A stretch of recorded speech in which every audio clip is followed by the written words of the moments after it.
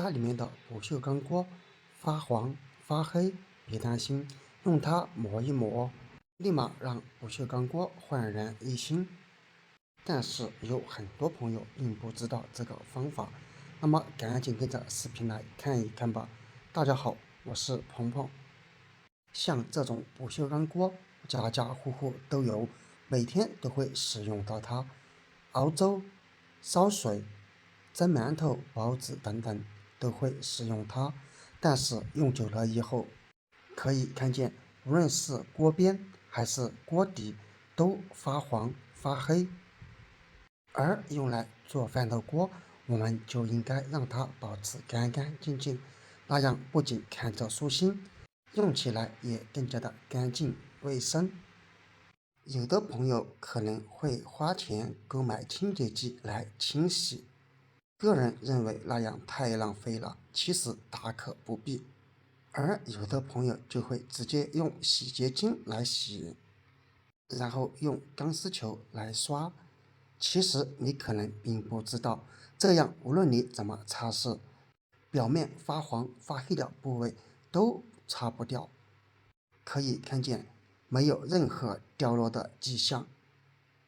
说明用洗洁精是洗不干净的。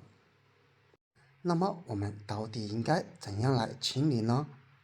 别担心，今天为大家分享一招，不花1分钱就能让它焕然一新。据说这个方法非常管用，我们来试一试。首先准备一个碗，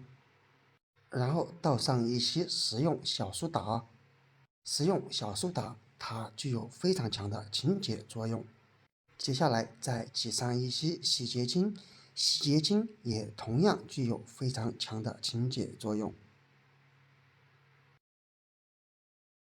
然后用筷子搅一搅，把小苏打和洗洁精均匀的搅拌成粘稠状。当然了，洗洁精和小苏打这只是第一步，咱们先把它调制好，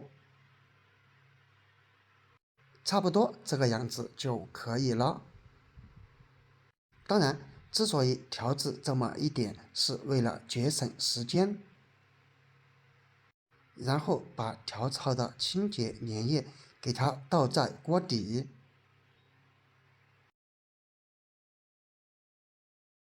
再用手把调制好的清洁液给它均匀的涂抹在需要清理的部位，这里就涂上一小半即可。因为如果要将整口锅都清理完，那么非得花上很长一段时间，因此我们只用这一小部分来为大家做一下试验，看看这个方法到底可不可行。现在已经涂抹好了，找出家里面的纸巾，把它贴在锅底。之所以这样做，是为了防止锅底的清洁液在空气当中快速干燥，那样效果就会大大的变差。贴好之后，用手拍一拍，最后找出家里面的白醋，把白醋倒在纸巾上面。众所周知，白醋它不仅仅是调味品，同时也具有一定的清洁作用、软化作用和去除异味的作用。倒上白醋的一瞬间，我们可以看见纸巾已经开始鼓起来，这是正常现象，因为我们使用了食用小苏打，而食用小苏打呈碱性，而白醋呈酸性，它们碰撞在一起，就会发生化学反应，并且清洁效果翻倍哦。然后再次用手牢牢地把纸巾贴在锅底就可以了。别说这样拍起来软软的、鼓鼓的，还非常的解压。像这样就可以了。我们把它静置15分钟到20分钟左右的时间，这样一会儿再来清理就会轻松很多。15分钟过去了，我们把上面的纸巾给它撕开，然后再把纸巾上面吸收的白醋给它挤出来，挤在锅底上面。接下来找出家里面的食用盐，因为食盐它颗粒感非常的强，然而与水混合过后会形成研磨剂，尤其是对陶瓷或者这种不锈钢等硬质材料的特别实用。接下来再找出一个一次性口罩，当然如果家里面有百洁布的可以使用百洁布，没有百洁布的我们就用一个一次性口罩来代替，把它这样对折一下就可以了，尽量稍微叠的厚一点。然后我们开始来刷锅，看一看到底效果怎么样呢？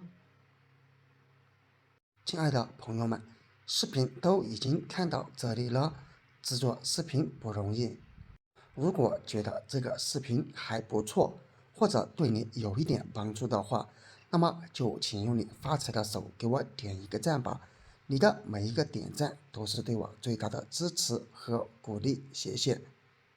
当然，在刷洗锅底的过程当中，我们一定要稍微用力，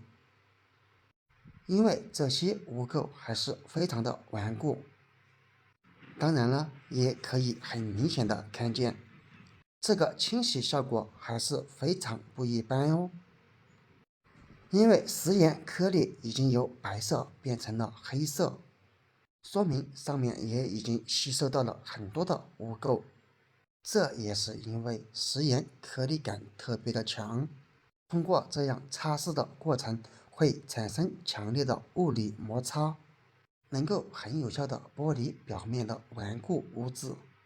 比如说锅底的碳化物以及食物残渣等等，直到把这一小块反复的擦拭一遍，最后再把锅放进洗碗池，打开水开始冲洗，把刷出来的污渍污垢全部清洗掉。别说经过我们清理的部位，通过水洗过后摸起来也特别的光滑了，并且看起来效果还是有的。虽然说看起来并没有像新的一样，但是经过我们清理的部位也大差不差，和并未经过清理的地方对比一下，差距还是非常的明显，说明这个方法其实还是挺有用的。因此，如果你家的锅发黄发黑，那么赶紧也用这个方法来试一试吧。好了，本期视频就到这里了，我们下个视频不见不散，拜拜。